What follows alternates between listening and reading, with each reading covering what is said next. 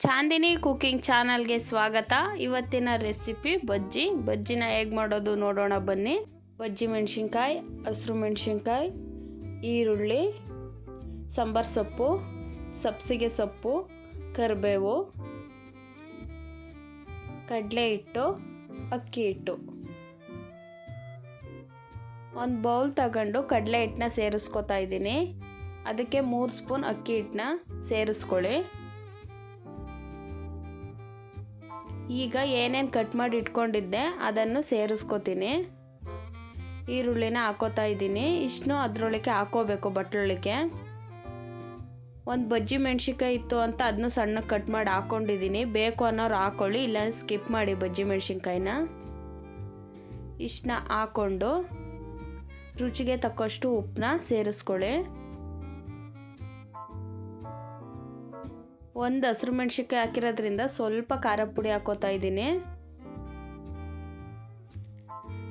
ಈಗ ಸ್ವಲ್ಪ ಸೋಡಾ ಸ್ವಲ್ಪ ಹಾಕೊಂಡಿದ್ದೀನಿ. ಒಂದು 1/4 ಸ್ಪೂನ್ ಜೀರಿಗೆ ಪುಡಿ ಇಲ್ಲ ಅನ್ನೋರು ಜೀರಿಗೆನೇ ಹಾಕ್ಕೊಳ್ಳಿ. ಸ್ವಲ್ಪ ಹಾಕ್ಕೊಂಡು ಚೆನ್ನಾಗಿ ಮಿಕ್ಸ್ ಮಾಡ್ಕೊಳ್ಳಿ. ಸ್ಪೂನಲ್ಲಿ ಮಿಕ್ಸ್ ಮಾಡೋಕ್ಕಾಗಲ್ಲ, ಬಟ್ಲನ್ನ ಇಟ್ಕೋಬೇಕು. ನಾನು ವಿಡಿಯೋ ಮಾಡ್ಕೊಳೋದ್ರಿಂದ ಆಗ್ತಾಯಿಲ್ಲ, ಅದಕ್ಕೆ ಕೈಲೇ ಮಿಕ್ಸ್ ಮಾಡ್ಕೊತಾ ಇದ್ದೀನಿ. ನೀಟಾಗಿ ಕೈಲೇ ಮಿಕ್ಸ್ ಮಾಡ್ಕೊಳ್ಳಿ. ಒಬ್ಬರೇ ವಿಡಿಯೋ ಮಾಡೋದ್ರಿಂದ ಮಿಕ್ಸ್ ಮಾಡ್ಕೊಳಕ್ಕೆ ಸ್ವಲ್ಪ ಕಷ್ಟ ಆಗ್ತಿತ್ತು, ಅದಕ್ಕೆ ಕೈಲೇ ಮಿಕ್ಸ್ ಮಾಡಿಕೊಂಡೆ, ಸ್ಪೂನಲ್ಲಿ ಮಿಕ್ಸ್ ಮಾಡ್ಕೊಳ್ಳಿಲ್ಲ. ಈ ಅದಕ್ಕೆ ಮಿಕ್ಸ್ ಮಾಡಿ ಎತ್ತಿಟ್ಕೊಳ್ಳಿ. ಒಂದು 10 ನಿಮಿಷನಾದರೂ ನೆನಿಬೇಕದು. ಈ ಅದಕ್ಕೆ ಕಲಸಿಟ್ಕೊಂಡು ಎಣ್ಣೆನ ಕಾಯಕ್ಕೆ ಇಟ್ಕೊಳ್ಳಿ. ಎಣ್ಣೆ ಚೆನ್ನಾಗಿ ಕಾದ್ಮೇಲೆ ಸ್ಪೂನಲ್ಲಿ ಸ್ವಲ್ಪನೇ ತೆಗೆದು ಹಾಕೊಳ್ಳಿ ಎಣ್ಣೆ ಒಳಗೆ. ಈಗ ನೋಡಿ, ಎಣ್ಣೆ ಚೆನ್ನಾಗಿ ಕಾದಿದೆ. ನಾನು ಸ್ವಲ್ಪನೇ ತೆಗೆದು ಹಾಕೋತಾ ಇದ್ದೀನಿ.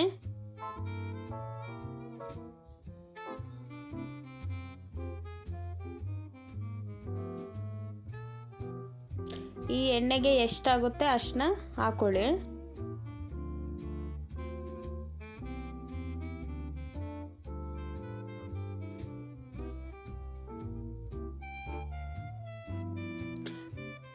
ಬಜ್ಜಿಗೆ ಕರ್ಬೇವಿನ ಸೊಪ್ಪು ಇದ್ರೇ ಟೇಸ್ಟು. ಕರ್ಬೇವಿನ ಸೊಪ್ಪು ಹಾಕೋಬೇಕು. ಇದ್ರೆ ಸ್ವಲ್ಪ ಜಾಸ್ತಿನೇ ಹಾಕೊಳ್ಳಿ, ಚೆನ್ನಾಗಿರುತ್ತೆ.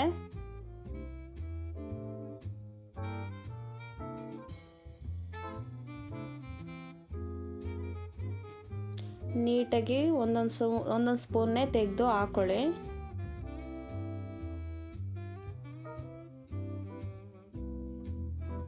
ನಾನು ಎಲ್ಲ ಸೈಡು ಹಾಕೋತಾ ಇದ್ದೀನಿ.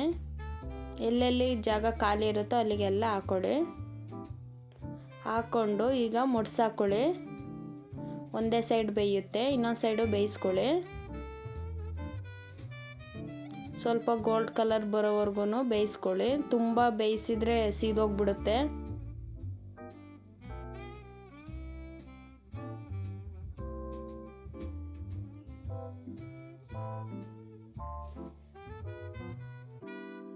ಎಲ್ಲನೂ ಮಡ್ಸಾಕೊಂಡು ನೀಟಾಗಿ ಬೇಯಿಸ್ಕೊಳ್ಳಿ.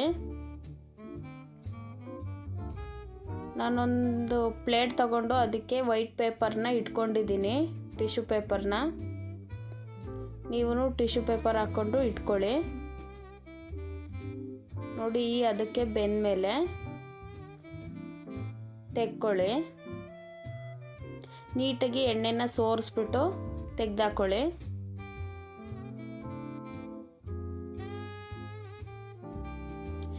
ಬೇಗ ತೆಗೆದಾಕೊಳ್ಳಿ, ಇಲ್ಲ ಬೇಗ ಸೀದೋಗ್ತವೆ.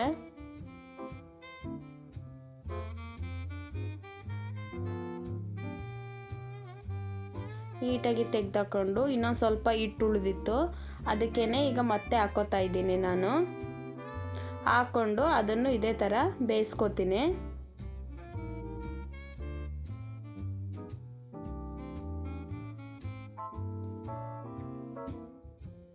ಇದನ್ನು ಅದೇ ಥರ ಮಡಿಸಿ ಬೇಯಿಸ್ಕೊಳ್ಳಿ.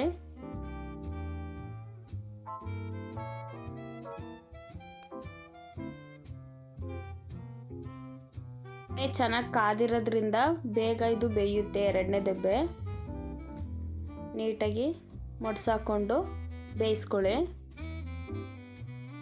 ಬಜ್ಜಿ ಮಾಡುವಾಗ ಹಸಿಟ್ಟಿಗಿಂತ ನಾವು ಹಾಕೋ ಈರುಳ್ಳಿ ಇದು ಜಾಸ್ತಿ ಇದ್ದರೆ ತುಂಬ ಚೆನ್ನಾಗಿರುತ್ತೆ.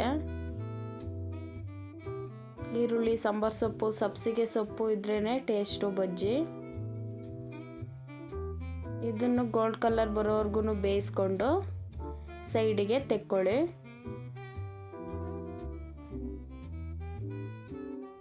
ನಾನಿಲ್ಲಿ ಕರೆಂಟ್ ಒಲೆಯಲ್ಲಿ ಮಾಡ್ಕೊತಾ ಇದ್ದೀನಿ, ನೀವು ಗ್ಯಾಸಲ್ಲಿ ಮಾಡ್ಕೊಳ್ಳಿ ಕರೆಂಟ್ ಒಲೆ ಇಲ್ಲ ಅಂದರೆ.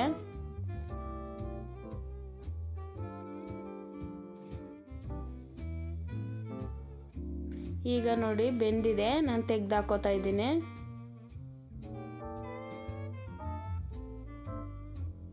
ಬಜ್ಜಿ ರೆಡಿಯಾಗಿದೆ. ಚಿತ್ರಾನ್ನದ ಜೊತೆ ಇಲ್ಲ ಹಾಗೇನು ಕಾಫಿ ಟೀ ಜೊತೆನೂ ತಿನ್ಬೋದು ನೀವು. Thank you for watching. Subscribe ಮಾಡ್ಕೊಳ್ಳಿ ನಮ್ಮ ಚಾನಲ್ನ.